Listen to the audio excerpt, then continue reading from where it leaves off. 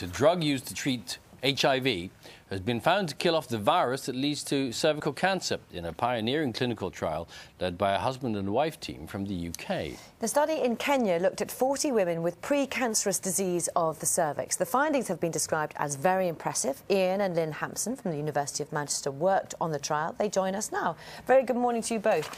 So just tell us, how did the trial work in the first place? We had to screen 820 women to identify those ladies that needed treatment. And of course we had to provide this service for women in Kenya. We identified 40 that then were enrolled in the trial, 23 of which had high-grade disease, which is usually surgery is advocated, is the current best clinical practice. Mm-hmm. And what sort of impact could your findings have then generally on the treatment of cervical cancer, do you think? Oh, the impacts could be huge.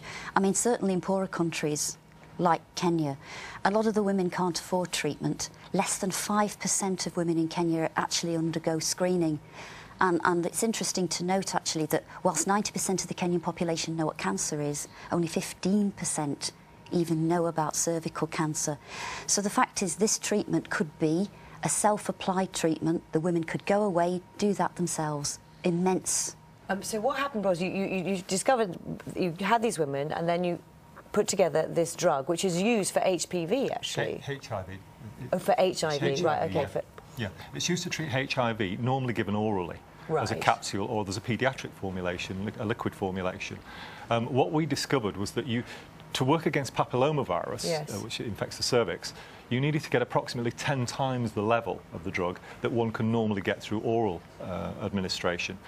So basically, we had to apply the drug locally to the cervix, directly to the cervix. It sounds very useful. The difficulty is that it can take, on average, 17 years for any new treatment to become standard clinical practice. So what sort of time frame are we talking about? Well, from our first publication in 2006, it's taken us 8 years to get to where we are now. So it's not been quick, and I can tell you we've done it on a very, very tight budget. But clearly we're keen now to get on with a phase 3 trial, which is what we're going to need before we can actually start to use that treatment properly. Okay, so what's the phase 3 trial for those of us who are not... So a phase 3 trial, to put it quite simply, it's a much bigger number of women, and we have to have control arms. So we have women who are treated, and we will have women that do not have the treatment, and we will follow those and see what the results are from that. But we're talking vast cost implication here when we go to phase 3. Okay, and who might be... I mean, you know, if this works, who would pay for that, do you think? Have you got... That's what you need, isn't it? Funding, yes, we do. We desperately need funding to make this happen, yes. I mean, as Lynne said, a phase 3 is a larger number of women, and it has to be at more than one centre. You have to do it at more than one location to basically, and it has to be what's called a double-blind, double placebo-controlled trial. And what? Tell us for particularly these women, what difference has it made, the fact that they're getting this treatment, as far as you know so far? Well, as far as we know, out of 23 women that we treat with high-grade disease, which would normally be given surgery, 19 showed a return to normal cytology and pathology within 3 months of the treatment, which is very high.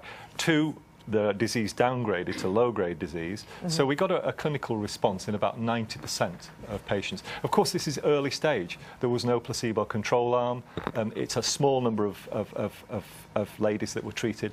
So basically, we now need to do it properly. We need to do it in larger numbers. And as it stands at the moment, with cervical cancer, there is no treatment, is there, apart from surgery? Is that right? For high-grade disease, yes. Right. That's right. So this would be a big breakthrough. Yeah, absolutely. Because the treatments that we currently have, the surgical treatments, are not without side effects. No. So. Okay.